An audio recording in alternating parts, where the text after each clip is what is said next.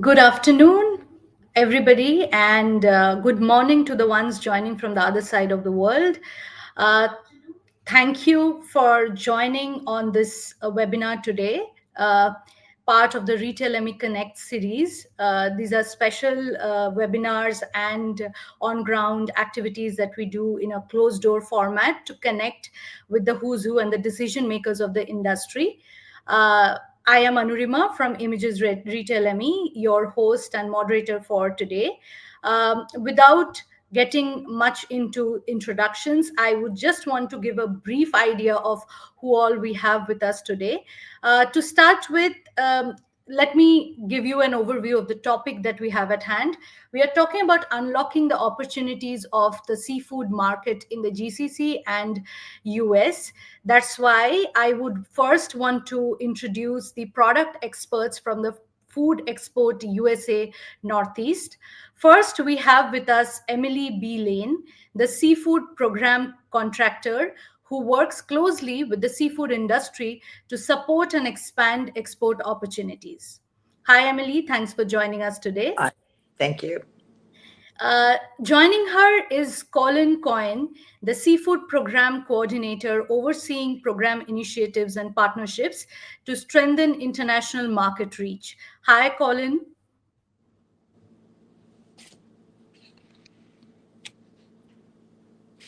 Hello. Hi. We are also pleased to welcome Mr. Reid, the Fisheries Advisor, bringing valuable industry insights and expertise on sustainable fisheries and market trends. Finally, we have Anna Kizirian joining us on the back end, who is a Middle East representative for the GCC region for both the Food Export USA Northeast and Food Export USA Midwest. She is with us in case anybody wants to ask any questions towards the end. They can pose it to Anna. Anna has extensive experience in building trade relationships across this key market, so she'll be very helpful. So thanks, Anna, for joining us. And so together with this panel, we also have our GCC experts joining in, firstly from the grocery side and then obviously from the food service side, because these are the two integral areas in which GCC is seeing a lot of seafood thrust. So we have Mr. Debangshu Adhikari, the Senior VP for Western International Group. Western International is known for their grocery chains like Nesto, Mark and Save. So hi Debangshu for joining us, and we'll wait for your valuable thoughts on the market and how you see the change happening here. Sure, Riva. Thank you so much for welcoming me to this. Thank you. Joining Debangshu, we have from the grocery side, joining us from Jeddah, Mr. Nasir Mukhtar. Nasir is heading operations and procurement for BinDawood Holding, and he's an expert when it comes to assortment and especially seafood. So Nasir, good afternoon and thanks for joining us. We'll definitely want to hear from you how you're seeing the landscape changing for the region. Thank you so much, Anurag. Thank you. And from the food service side, we have Mr. Haris Mumtaz and Mr. Amit. Amit is the F&B manager for Al Rais Holding, and Haris is the brain man. He heads strategy and corporate development for the entire holding group for Al Rais. And Al Rais is one of the pioneers in the hospitality sector in the region, and obviously for Arabic culture. They have Arabian tea house under their hood, which is a very big differentiator in the fish and seafood category. So at some point, Haris will also give us a lot of insights. So thank you, Haris and Amit, for joining us. Thank you, Anu, and it's a pleasure to be here. And I can only say that with such learned people, I can only expect to learn from each one of you. Thank you for having me, Anu. Thank you. Before we go to our Northeast experts to give us an overview of products, let me first pose a question to three of you joining from the GCC side of things, just to set the topic in motion. Let's talk consumer first, because ultimately we are retailing to the consumer. That's the big question. When you have the consumer demands on board, then only you can plan what to retail. So whoever wants to take the question first, how are you balancing quality, consumer needs, affordability, and then putting the right assortment on your shelf. Nasir, you want to go first? Yes, Anuram. Yeah.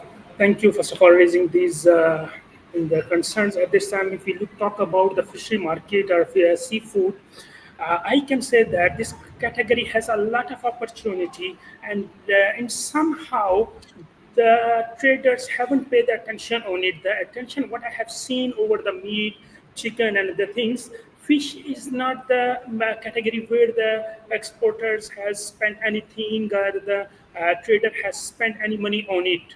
If Because I've been in the several region of Saudi Arabia, and if we talk about the GCC, Saudi Arabia is playing a big role in the consumptions and the customers and everything. If we look about the opportunities and growth is higher than the GCC. But when we talk with the customers, when we ask customers, I mean, from where they get the information, the first it was mouth conversation. It was not advertisement, and some they said it's social media, some they said in store. I mean, there is a lot of opportunities from the trader sides or from the exporter sides to grow this category. And if Correct. we look at this time, the GCC, the consumer rate is lower than the other country. We Correct. can say that maybe people are not using. No, it's not that. The people haven't spent the money for the marketing or the things to boost this category. Now people are changing the lifestyle. They are moving on healthy, so they are coming on this side. If we talk about the market size, if you look at like meat is captured by BRS, Brazilian, or New Zealand, Australia. Same like fish is being captured by mostly Norwegian or Indian and Chinese side or Indonesian side. I have seen that gap from the middle, I mean, like you can say American and other product sides. I haven't seen the most of traders from these countries. But when we look at the Europe, the Norwich have captured the big market because salmon is playing big role in the fish industry, and you can see that how much people are consuming. Correct. Correct. At this time, 68% fish participation over and all in the GCC, particularly in Saudi Arabia, and then rest of what you can say 32% is shrimps or super shanies, and these things are there. Correct. So there is a gap, and definitely I'll hear from the Northeast experts how they want to fulfill this gap. But Debangshu, your thoughts in case you want to add anything from the UAE side. Sure. I'll not specifically talk about UAE. No, I'll talk more on the entire GCC segment because I find a lot of challenges that we face. But you said that we'll talk about only the consumer section as of now.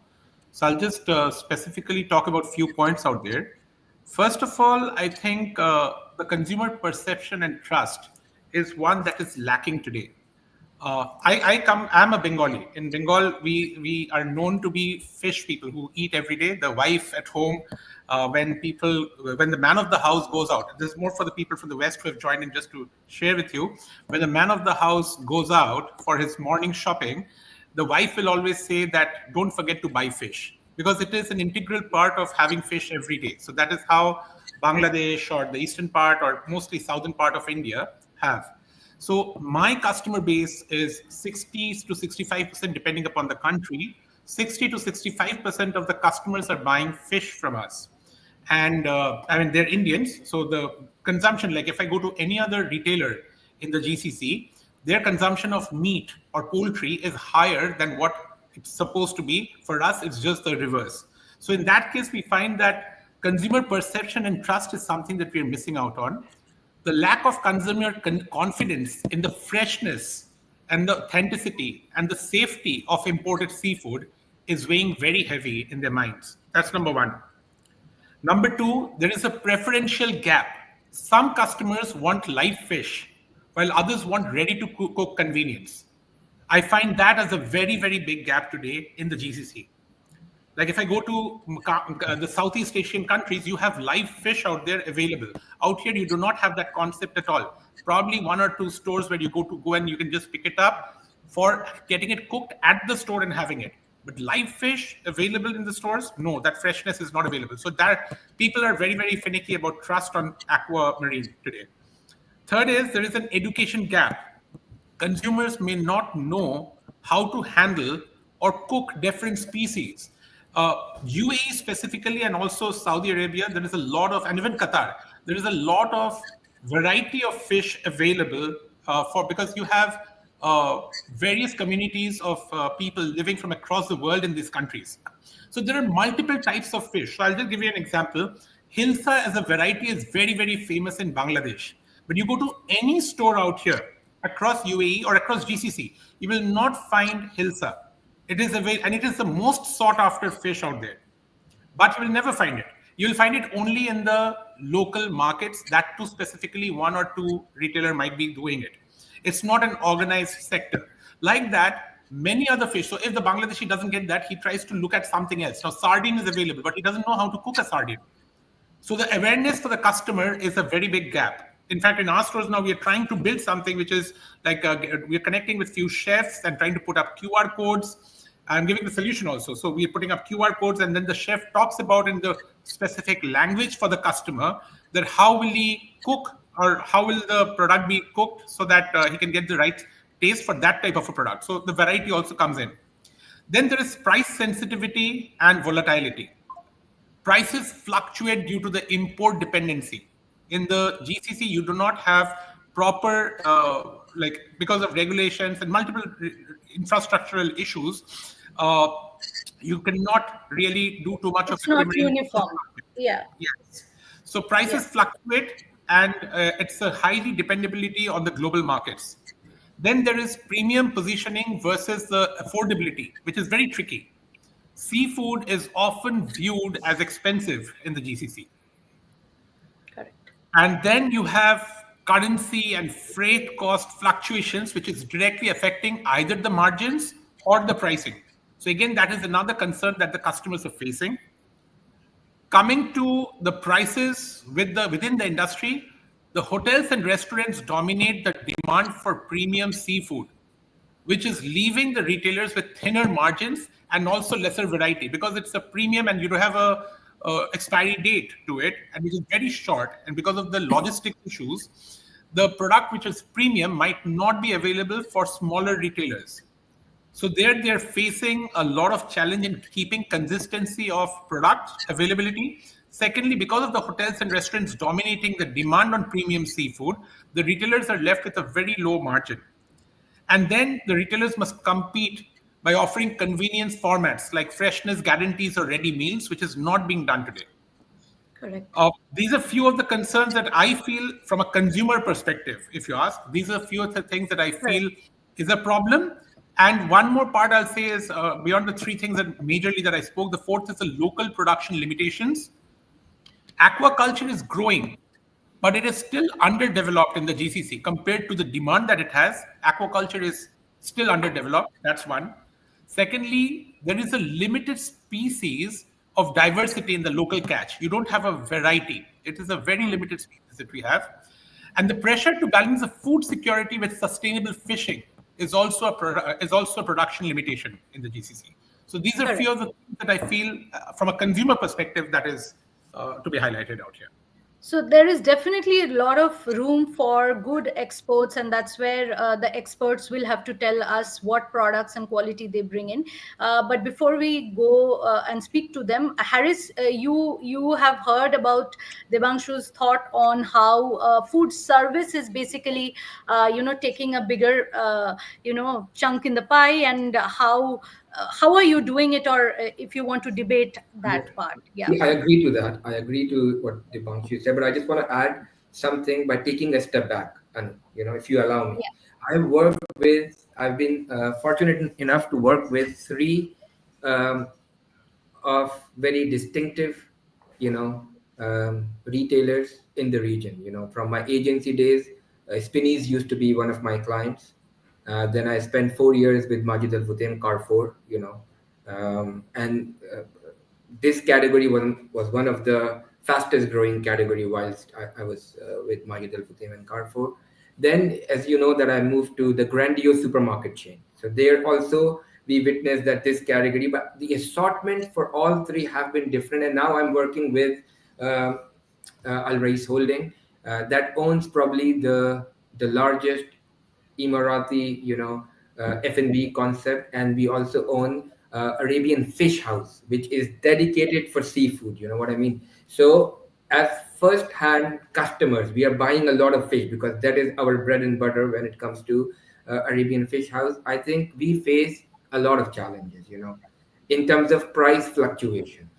So demand planning and your costing always gets impacted. There are always standard deviations when we do our planning. Then the freshness, because our KSP as the Arabian Fish House, the reason we created Arabian Fish House was to ensure that the local customer base can experience fresh seafood. We want, even our tagline is from the sea to your plate, serving it fresh. And that is also where we find a lot of challenges with our suppliers in terms of quality checks, in terms of timely availability, and pricing. As food service providers, I think you will not be able to live up to the expectations and standards that you want your customers to have if you don't have these three things, as Debangshu mentioned. So I don't know, I'm not a subject matter expert, but I can only share the commercial and the strategic side of the 100%. business to you guys. And these are the real challenges that we are facing as one of the leading seafood, food service providers in the UAE. Of course. So I feel quality and disparity when it comes to pricing is one of the biggest things that came up in the discussion from both sides of the story, grocery as well as food service. So I will now want the experts here to comment on this, because obviously Northeast Food Export, they have their USP is to give you the fresh catch and the quality produce. So Emily, if you want to start with your presentation and give us a hint on what you bring to the board that can make our lives easier in this part of the world. I'd be happy to. I'm going to talk today about American lobster. The scientific name is Omaris americanus. There's been a history of American lobster here in the US. Native peoples along the northeast coast of North America harvested lobsters for food, fertilizer, and bait. During the colonial era, lobsters were in huge numbers and were used primarily to feed servants, prisoners, and livestock. During the 19th century, canning became an important industry, canning of lobster meat, and the export of lobster meat happened both inland and overseas. By the late 19th century and early 20th century, lobster transitioned from low status fare to a delicacy driven by urban restaurant culture and advances in live shipping. Today, American lobster is one of the most valuable fisheries in North America, centered in Maine and Massachusetts. It's associated with sustainability efforts, trap-based fishing traditions, and strong coastal identities. The lobster species account for about 55% of the global lobster supply. It's mainly fished in traps, one boat at a time. It's fished year-round, but most of the catch is from May to December of each year. The lobsters are caught and measured for a maximum and minimum size, one lobster at a time. And there are currently over 7,000 independent harvesters in the US, with approximately 5,400 in Maine alone. Next slide, please. The types of lobster are really the types of shell that you get when the industry exports are hard shell, firm shell, and new shell. The hard shell is primarily sold live. They're available year-round, but in limited quantities during the winter months. Obviously, we have a lot of pretty severe weather here in the Northeast, with a lot of cold weather, a lot of snow, and a lot of wind. The firm shell lobsters are used for both processed and live markets, and they are caught in the fall and early winter typically, and most of them are used for in-shell processing The new shell lobsters are shipped primarily to processors in the Northeast to convert into lobster meat and lobster tails. The sweet, delicate texture combined with a briny flavor make these lobsters a favorite of American lobster processors.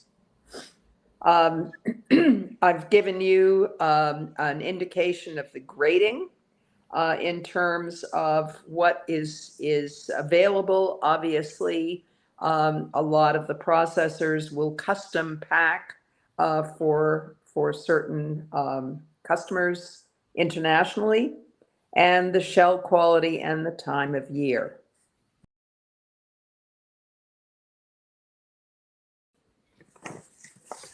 There are two types of products that are offered in the US for American lobster. The first is cooked product forms.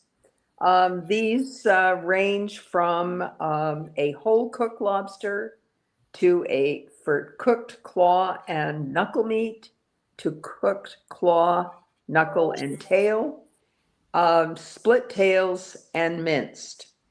The lobster industry has diversified well beyond the classic whole lobster served steamed.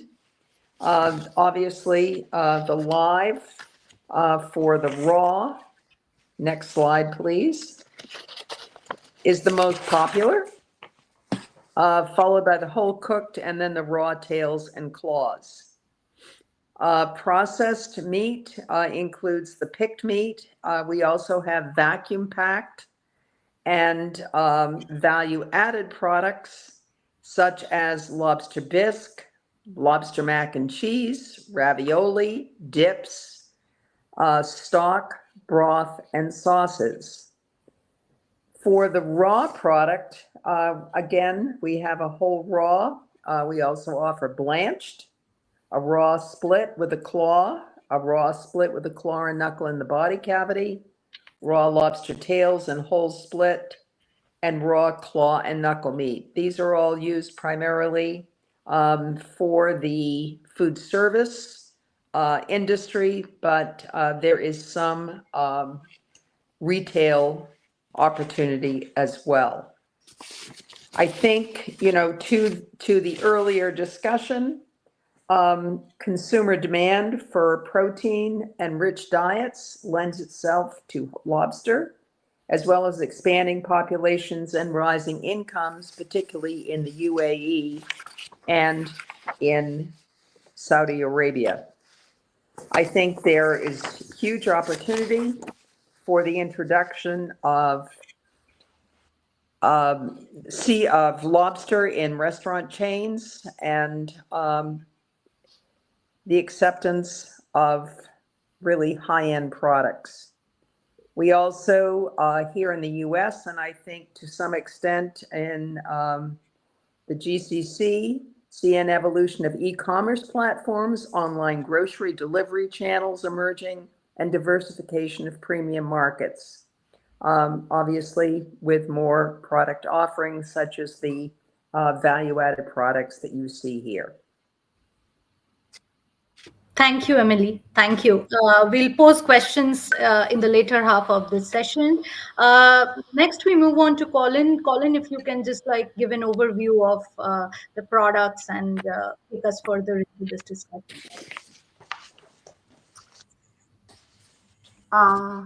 Sure. Can you advance the slide?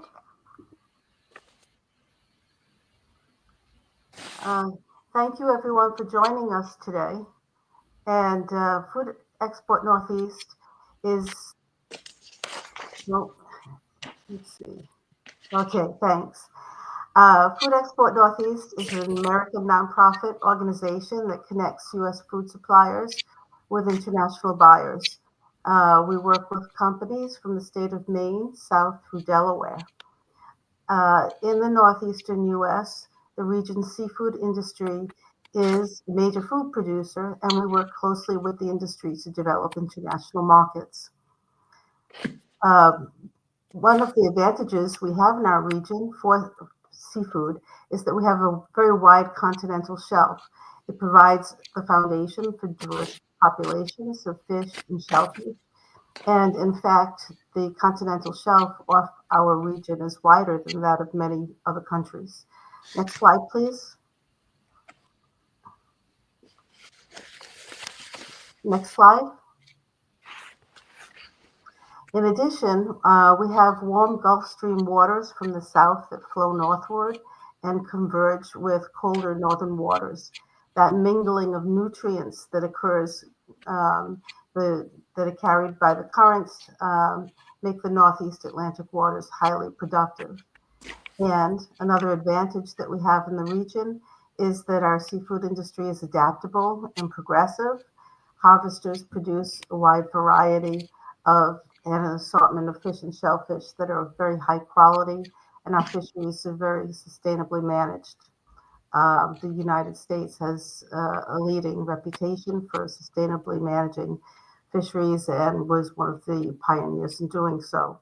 The lobster industry, for example, they started 150 years ago to manage that industry sustainably. Next slide, please. Today, we'd like to introduce you to some of our best-known seafood products, such as American lobster, which you just heard about, also Atlantic sea scallops. We also have other seafood products that are in strong demand internationally, squids, monkfish, and skate. And then we have some lesser-known products that we have in very good supplies, very high quality, and that we'd like to introduce. This would be scup and the oyster. I think now probably it's best to hand it over to Reid to talk about some of these other products.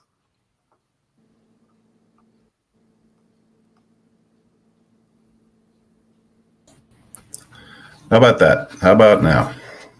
Yeah, all good. Yeah. Okay, sorry about that. Thank you, Anarima, and thank you everyone for allowing me to speak to you today about a variety of products that hopefully will be of interest to you. Some are very high price points and some are more affordable for the masses. So I'll just give you a short rundown on 6 seafood items that are caught successfully and exported successfully by the U.S. market throughout the world. The first 5 are wild caught by our domestic commercial fishing industry. They are sea scallops, the 2 squids, monkfish, skates, and scup. And the 6th is an aquaculture shellfish product, oysters. So let's get started. First, the sea scallops. Sea scallops are a high-end price point in the market. They are caught by a tightly managed fleet of vessels that vary in size from small vessels that land daily catch, we call them day boats, whose trips are measured in hours and not days, and typically land 100 to 200 kg per trip. We also have larger vessels that can spend days at a time at sea and can land 10,000 kg or more per trip. But just to be clear, when we refer to scallops, we are actually talking only about the adductor muscle. The vessel crew processes by hand each scallop at sea to extract only the meat, which is what you see on the slide. Scallops are graded in size by the number of pieces per pound, which is 453 grams per pound, and market price varies between sizes. Shoreside processors can produce a wide variety of product forms in both fresh and frozen states. Whether the type be dry, wet, or value-added, and the packaging is for fresh or frozen, a wide variety of product forms is usually available by each producer to meet client needs. On the culinary side, scallops can and are presented in many ways. Raw dishes such as sashimi and crudo, and cooked scallops in whatever dish a chef creates today are always a special meal. Next slide, please. Okay, next we have squids. We have 2 main species of squids in the Northwest Atlantic. First, longfin squid, also called loligo or Boston squid. This is the smaller of the 2 types and is highly desired in markets in the US and the EU.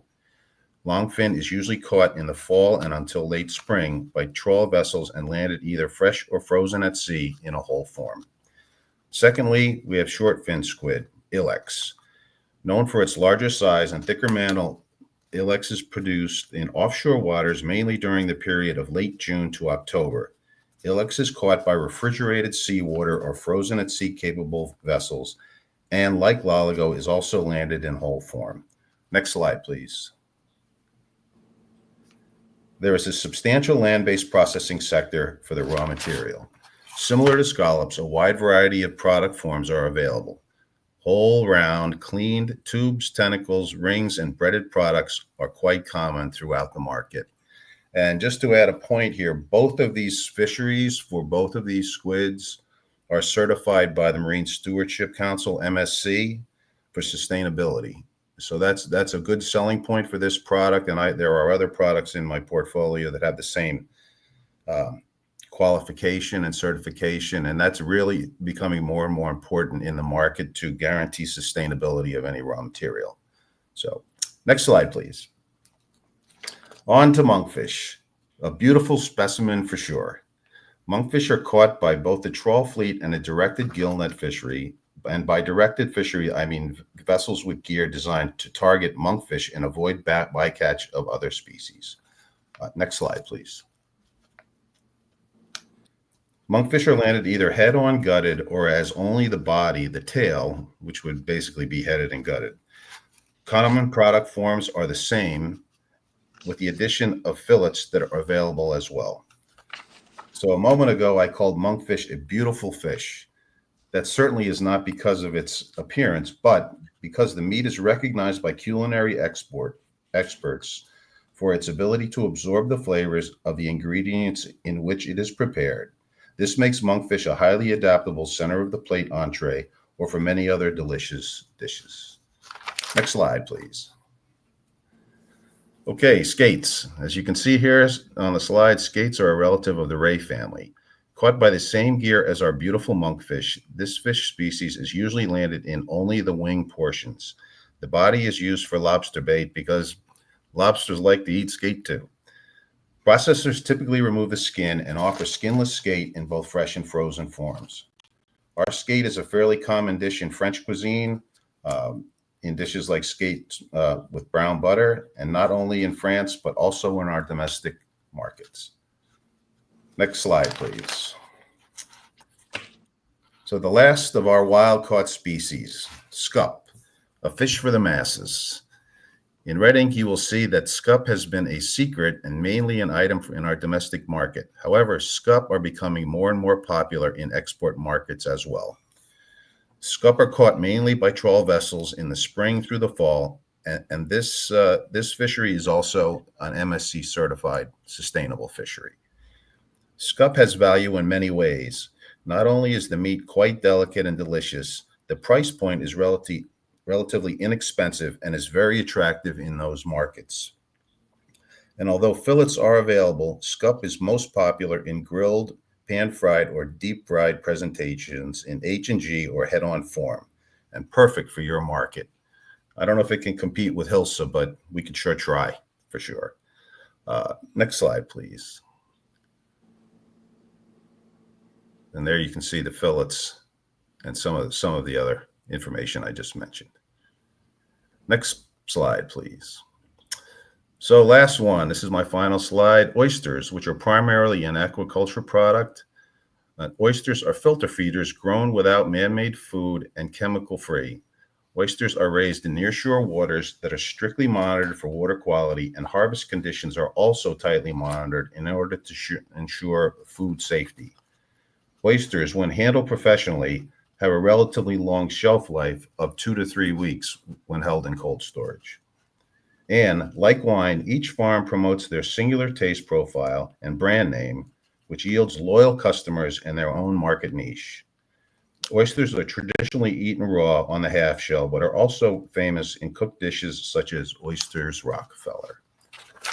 And so in closing, the one thing we all have to understand is it's talking about seafood and trying to buy or trying to sell. We have to understand the logistics on both ends of the supply chain.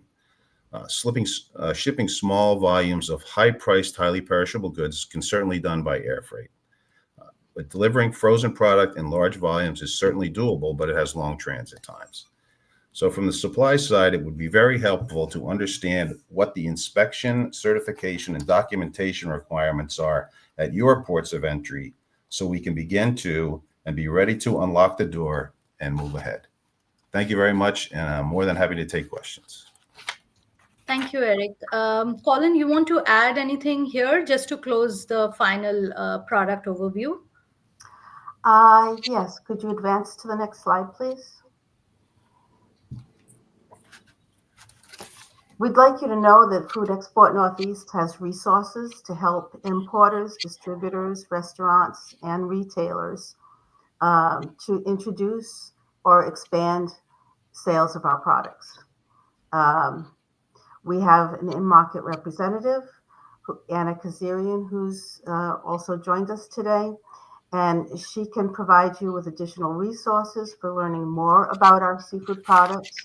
We have multilingual and multi-digital buyer toolkits for many of these products. And Anna can connect you with seafood suppliers for specific seafood products and the formats that you may be interested in. And she can also arrange seminars for products and product promotions to introduce your customers to our seafood products. And finally, our organization also administers funding for seafood suppliers from the U.S. to conduct their own branded seafood promotions with your customers. It's a 50% cost share reimbursement program, and importer and distributor expenses are eligible for reimbursement. And we'd be happy to tell you more about these programs and how Food Export Northeast can be of assistance to introduce these and other seafood products to your customers. Thank you. And we're ready to take questions. Thank you. Thank you. Thank you. So one of the biggest things that came in the discussion from the experts is obviously about the supply chain part of things, which I think is very important. And we talked about disparity in pricing when it comes to the hefty cost that you have to bear when you bring the seafood from overseas to your retail stores or to your restaurants. So again, I would want to start with Debangshu and then go to Nasir and Harris, just to tell us a little about in terms of awareness, how do we manage the supply chain and regulations part in case we have to do business across borders? Can I? Yeah, I know I might have to leave. Can I take this first? Yes, sure, Yes. sure. Please go ahead. Like I said, I would go back to what Debangshu said earlier, and I second him. And I think as a food service provider that we are now, um, you know we feel that when we deal with our suppliers when it comes to seafood, especially for the Arabian Fish House, which is dedicated to promoting fresh seafood to the customer base, um, we have to always ensure that we have multiple vendors, multiple suppliers, because no supplier has been able to, you know, take the burden of delivering both quality, quantity, as well as the product that we have been. So to mitigate this fluctuations from our operations, we have kind of embedded a strategic framework to mitigate these fluctuations, to mitigate the disruption, and to mitigate the quality issues. Now, I would rather have someone as Debangshu to and the others to comment on the fact that for food service providers like us who are basing our bread and butter on us being able to Selling provide seafood. fresh, Correct, correct. seafood, Yeah, how can this be mitigated from our, because this is our biggest pain point, and this is one reason which is holding back with Arabian tea house. We are a global phenomena. We are part of the Dubai narrative. Everyone who visits Dubai visits, been 30 years in the business. But with fish house, the reason that we have not been rapidly able to expand is because the supply chain is so fragmented that we don't know how to address this. It's not that we don't want to grow. We have the right ecosystem to grow, but it's just that we are not able to get the right. So over to you guys. So I would love to hear what you guys have to say. yeah, yeah. So, Anurima, I'll share out here. What Harris said is very true. Supply chain and sourcing is a major deterrent at this point of time. It's a heavy reliance on imports. I'll just break it down into multiple points. So, first of all, supply chain and sourcing, which you said, there's a heavy reliance on the imports due to limited aquaculture, which was one of the points that I said about the consumer-facing front also. Secondly, the seasonal fluctuations and inconsistency of availability is the second thing in the supply chain, as well as the sourcing that we are facing. And suppliers are not able to, like if we are doing a direct import, like in Nesto, we do a lot of direct import, but yeah, it's not always available. And then for the smaller player, like we have the next one, which is Mark and Safe. Out there, the issue is we cannot do direct imports because the quantity is too high, even with running so many hypermarkets. So the challenge becomes that we are not able to source the right products at all the time. So consistency of product availability is a bigger problem. Third is long lead times and a very, because of aqua, so complex logistics for maintaining the freshness. Like it's not about only the container reaching the seashore. After reaching the seashore, every single country in the GCC has its own limitations and its own policies. Keeping that in time, the port timing that it takes to clear and then bring it to our warehouse or to the supplier's warehouse, and then from there moving it to the store, the end time, that is a long lead time.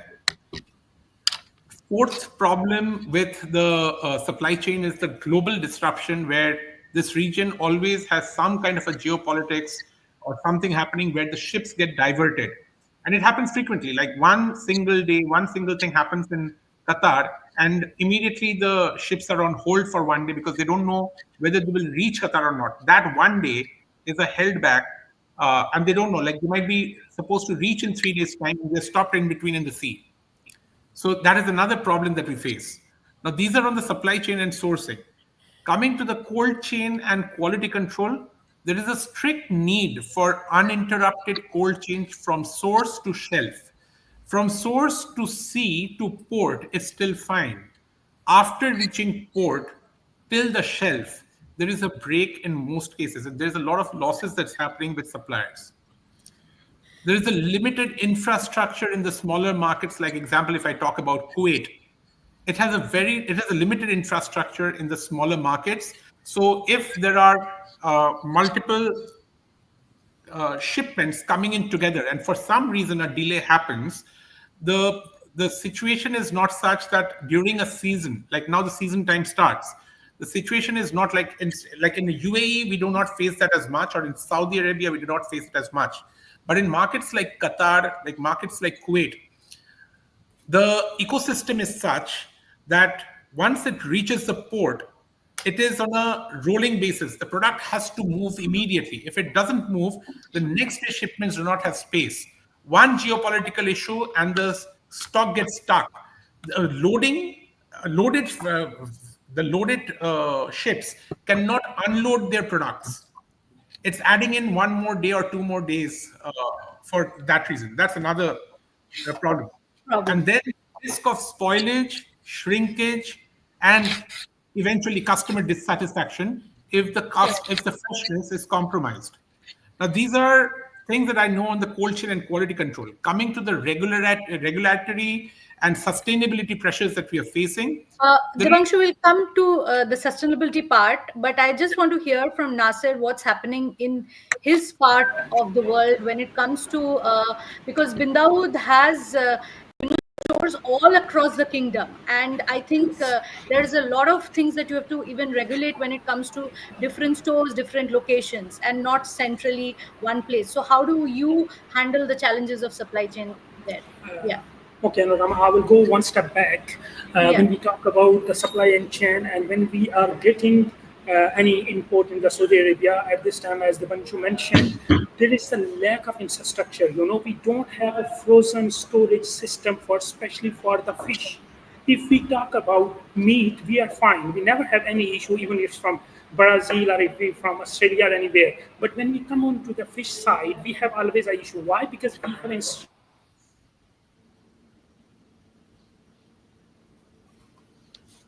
I lost out. Yeah, I think so.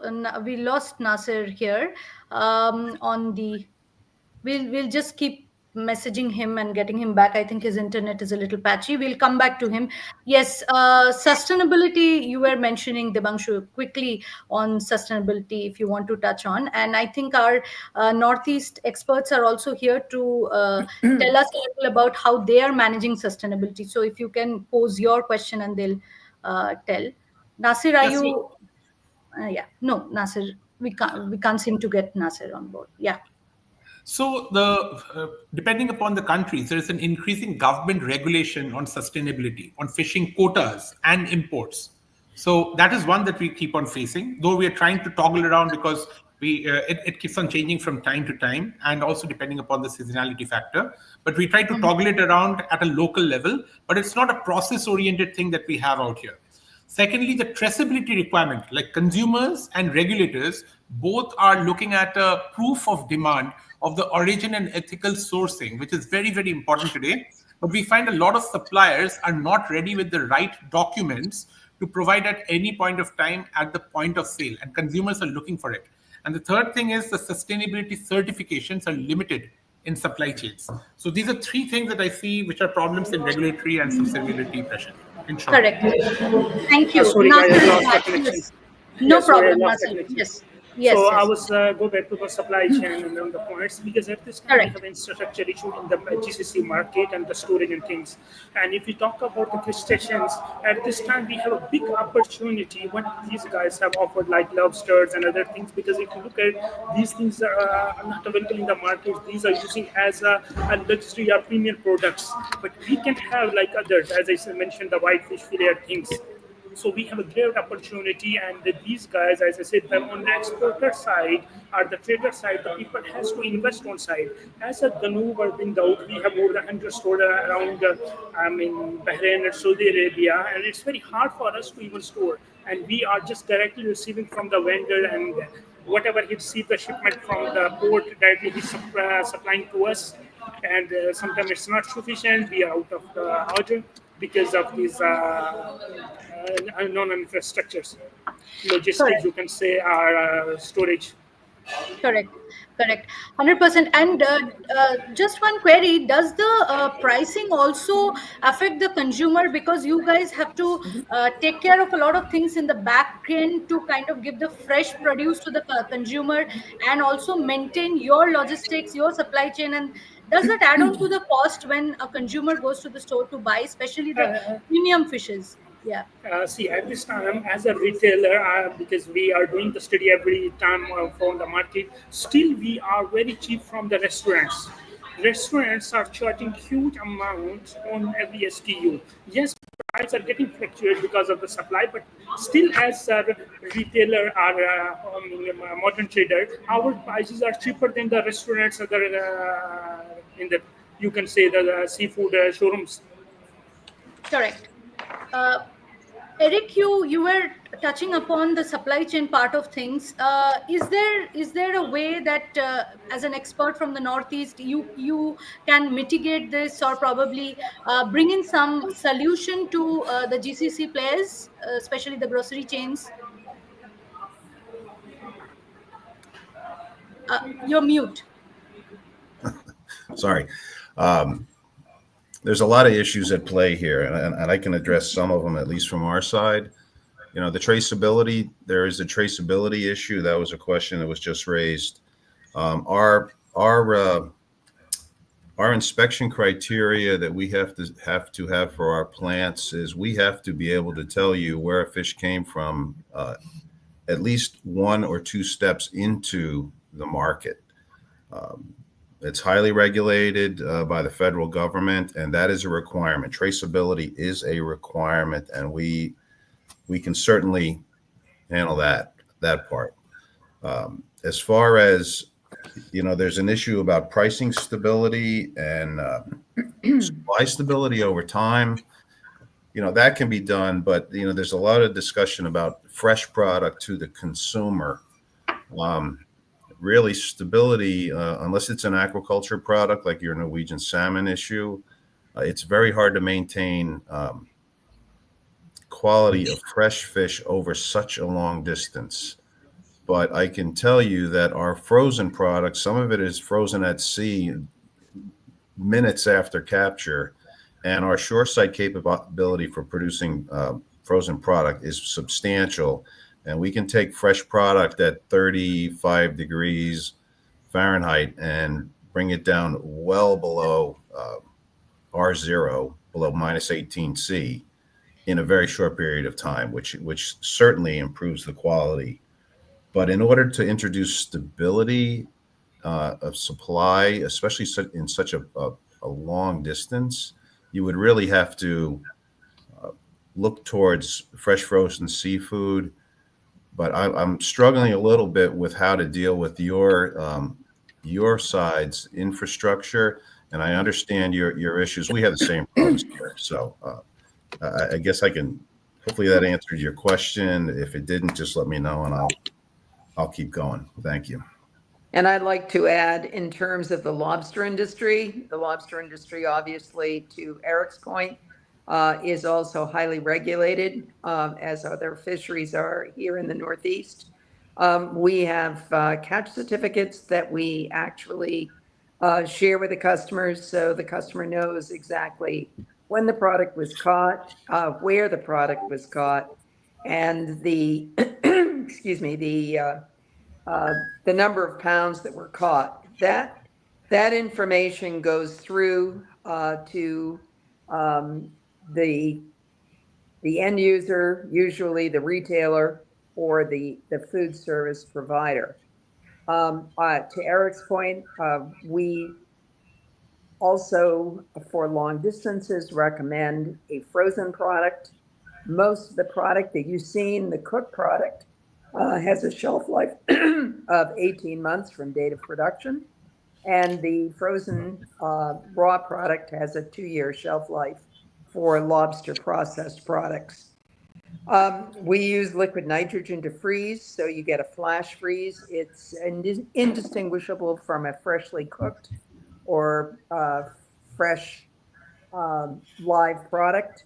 And in terms of the supply chain, as long as it's maintained at minus 18 degrees centigrade or below throughout the process, we can deliver a premium product. In terms of pricing, a lot of companies go to trade shows, both domestically and internationally, and often encourage the distributors and retailers to develop contracts in advance that will ensure consistency of pricing during certain times of the year. Obviously, for the live product, the price does fluctuate depending upon catch and depending upon demand. Yeah, correct. So the thing is, we have another 5 minutes or 6 minutes to wrap up, and we have a lot of questions coming in. But one of the most important question that I kept seeing is everybody, I think, from Kuwait, from other parts of GCC, Saudi Arabia, is also asking that, how is buying US seafood into the GCC? We can do it after mitigating the logistic issues, because we need to keep it as minimum as possible when it comes to cost, to make it affordable for the consumers on the other hand. So if any of you want to touch on that, because I think that was a question posed by even Debangshu and Nasir, and at some point Harris also mentioned that logistics is a pain. So is there a way that you all can handle that or make it easier for the retailers and the food service providers in this region? Well, I think we have, some pretty good relationships set up with freight forwarders here in the U.S. who are familiar with shipping to all parts of the world. And I often encourage companies to have their freight forwarders get in touch directly with either retail freight forwarders or food service in international markets to ensure that seamless shipment, again, knowing in advance all the documentation that's required, any labeling requirements, and any other importing regulations. So I think to that point, educating both sides in terms of what we can provide as U.S. suppliers and then what they require as importers is very important. 100%. Yes, Eric. Yes. Yeah, I mean, it is my experience that people that are in the seafood industry are pretty industrious. And if you tell me where you want something sent and what product form it is, we'll figure out how to get it to you. That's but we can't fly the planes ourselves or we can't drive the ships. But we're pretty industrious, and certainly the buyers and the sellers have to have a relationship that is long lasting, because there's always going to be some issue. There's always going to be a problem at some point. Nothing is going to go perfectly all the time. But that's where, you talked about consumer trust, customer trust. To me, this exercise is not to sell one container to each one of you. It is to sell multiple containers to each one of you and develop a long-term relationship. And that's the solution to a lot of these problems. You got to build a relationship, and you got to understand each other's issues, and you've got to work together to make success. As far as the price point goes, there is a lot of different price points in the market. Going to an extremely expensive restaurant, you can have, there is a percentage of the population that can do that. But in most cases, the volume is really based on the husband and wife, where the husband's going out the door and the wife says, make sure you buy a fish and bring it home. There is a lot of volume in that business. And,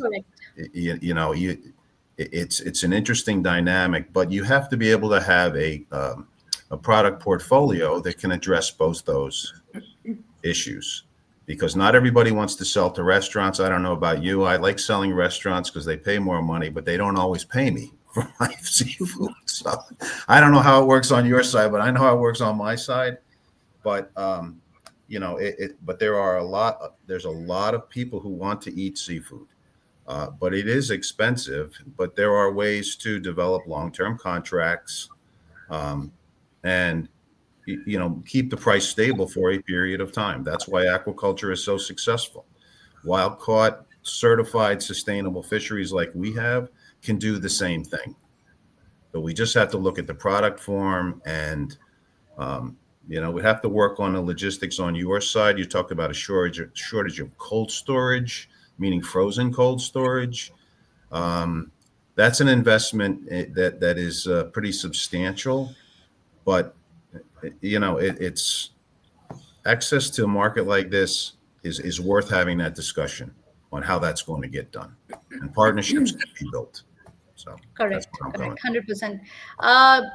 We have to wrap up here because we are short of time. I think partnerships is a key here to get there. And we have also received a lot of question about creating the right awareness, bridging the gap between the supply side and between the groceries and the food service industry. So creating awareness, and I think Debangshu also touched upon that live cooking, QR codes, and something to build awareness. I think we need that also. It's the need of the hour, and the region wants to know more about the products they are buying and how they can cook it better. So the consumer needs that. So just a final thought from our panelists before we wrap up. So to go forward, partnerships is obviously the key here. Anything else that comes on your mind which can change the dynamics of the seafood industry for this region, keeping in mind the global? Yes, Nasir, starting from you. Yes, Norma. As I said in the beginning, that this category need a lot of focus and investment point of view from the trade and exporter side.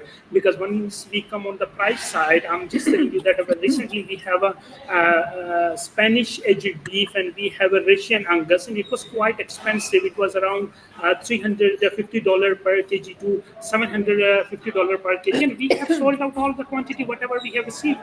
So people are willing to invest if we will give them the detailed brief, if the consumer have awareness.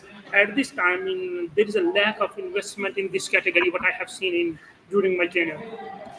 100%. Thank you. Well noted. Debangshu, your final thoughts?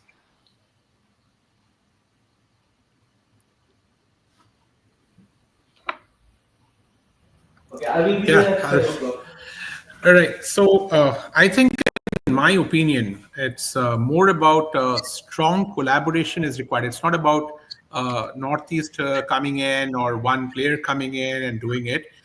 It has to be a very, very strong collaboration, because what Eric said is very true.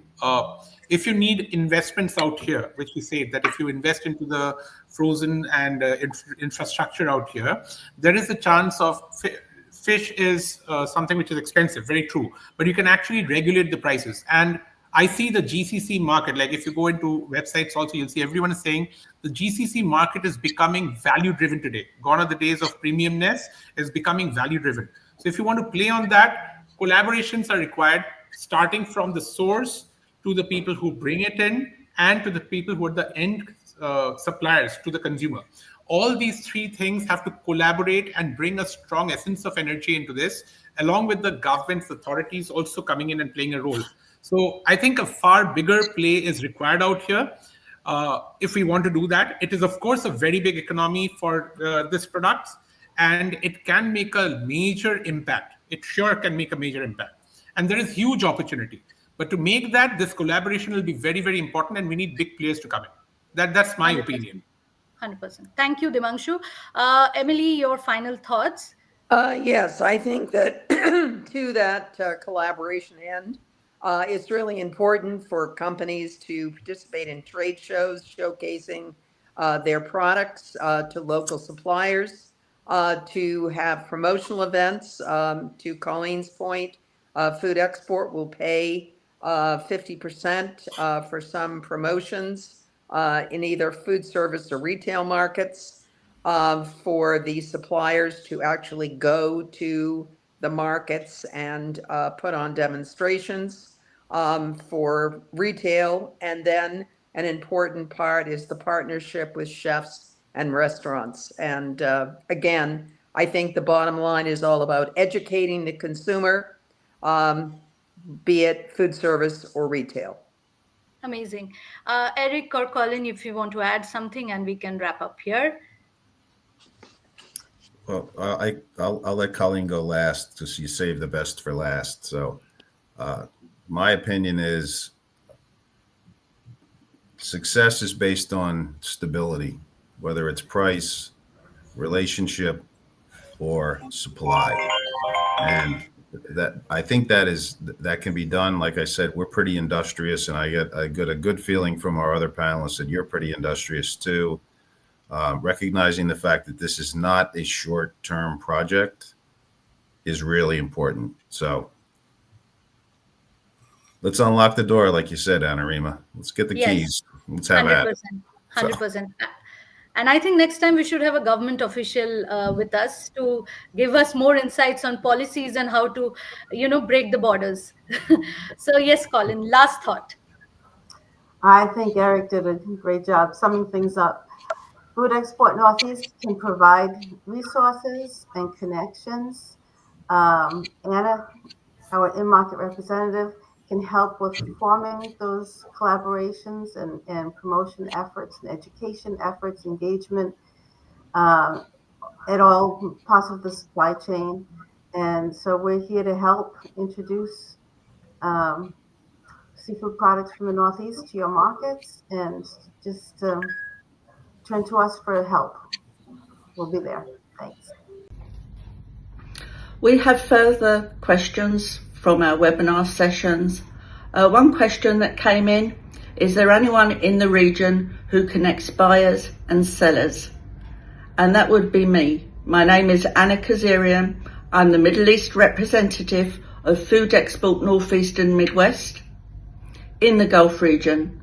Food Export Northeast and Midwest represent 23 states of America for their food, beverage, animal and feed products. If you are a company that's an importer and you want to join our database, you can avail many opportunities from being with us. Some of the opportunities that you get is to attend sponsored buyers missions across the USA. Also, you can have access to the branded program. That means that if you join with one of our suppliers from the Northeast or the Midwest, that supplier can help you by applying for financial aid to do marketing on their product. We also have bi-monthly magazines, which are for Food Link and also Feed Link. And they really set the trends of what is happening in America, because as we know, a lot of trends develop in America first and then spread throughout the world. So these are very good to read, and they come, as I say, bi-monthly during the year to you. We have trade lead forms where we can put you in touch with our suppliers and connect you. We can help you with Zoom calls. We can help you to come to America if you want to meet those buyers by our introductions. You will be invited to events that we have. We bring USA suppliers, for instance, to the Gulf region. In fact, we've got one on November 18th to the 20th in Jeddah. We're bringing 11 USA suppliers. Some of those are for seafood and others are for snacks, etc. We invite people to come, cooks and experts, etc., to talk about our products, and we do have tasting sessions for that also. Our new website, which is just up and running now, is a GCC website. It's www.foodexportgcc.org, and we welcome you to log into that. You can learn more about the branded program where you can get support as a buyer. We have our second question from one of our webinar people tuning in. Does Food Export do live cooking demos, provide recipes and give any chef tips? Yes. We work closely with the food service and HoReCa sectors in the Gulf region. We do supermarket promotions, restaurant promotions, attend Saudi HoReCa and Gulf Food every year, as well as other shows. We've done a few for it, and I'll give you an example for this. Let's say for lobster, we invited chefs to a lobster event. We brought an American chef to that. We brought our expert, Emily Lane, to that. And Emily explained, because it's also an educational session, she explained the parts of the lobster, the types of meat that you can get from it, the sustainability and the traceability elements, and the heavy regulation that they have in America to bring the best seafood to the Gulf region. After she did that, we had a chef who cooked the different parts, the claws, the tails, the body part, etc., in different recipes, and let our chefs that were invited and importers, seafood importers, they were able to taste how the lobster is prepared with different items in it. So that went very well. But we do also, for food service, etc., we do other events. We do one of the ones we did were sauces and rubs. So America has the meat rubs and the meat sauces, and they also have fish sauces also.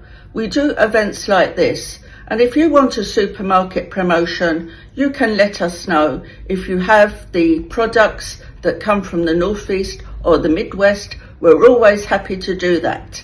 I hope that answers that question from our viewer. We have question number 3. This person says they need to understand the import rules and storage facilities for seafood. Well, entry to the port requires that the frozen food that is sent or other food should be 18 Celsius as a refrigeration, and the product should have an expiry of 2 years from production.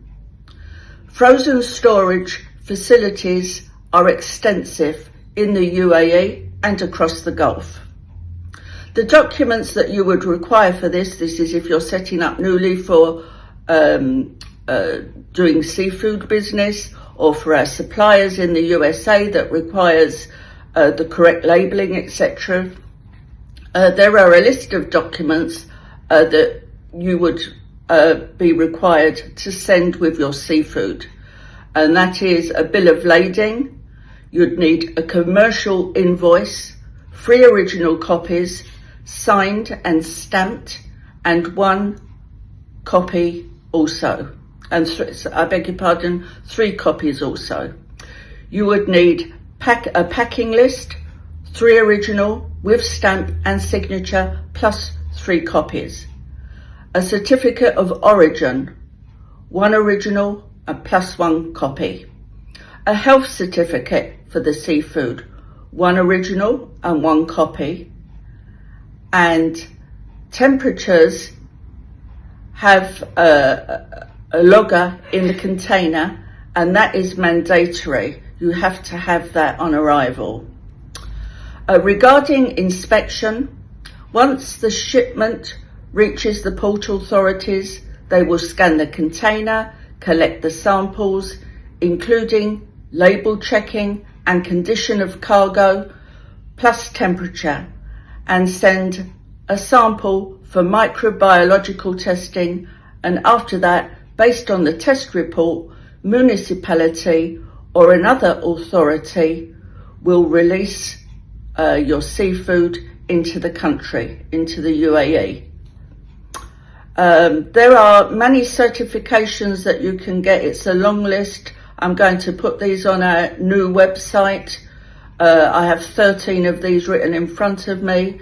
The UAE accepts a certain list of certifications, so you can choose any one of them for their purpose, etc. So I hope that is clear. I will put those certifications that you could use as a choice on our website. I hope that answers that person's question. Then we have another one. Are GCC customers open to plant-based or ready-to-cook packs? Absolutely. This category of food is steadily rising, but I'd like to relate it to actual seafood, as in a plant-based item. Of course, there's lots of greenery within the sea where the seafood is, etc. And from that, we can get green plants, and they are available from the northeast, and they're frozen, and that can be sent to for food service requirements, or it can be done in the home also.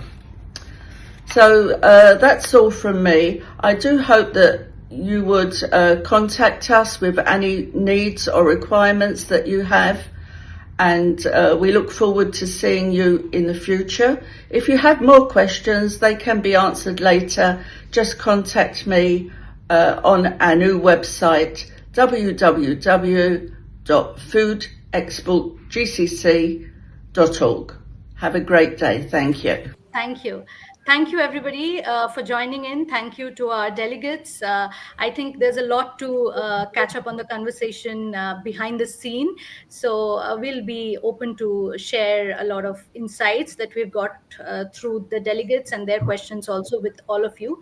And looking forward to the next time. Good afternoon and have a good day to the others who have just joined in. Thank you. Thank you. Thank you. Thank you very much. Thank you very much. Thank you very much. Thank you.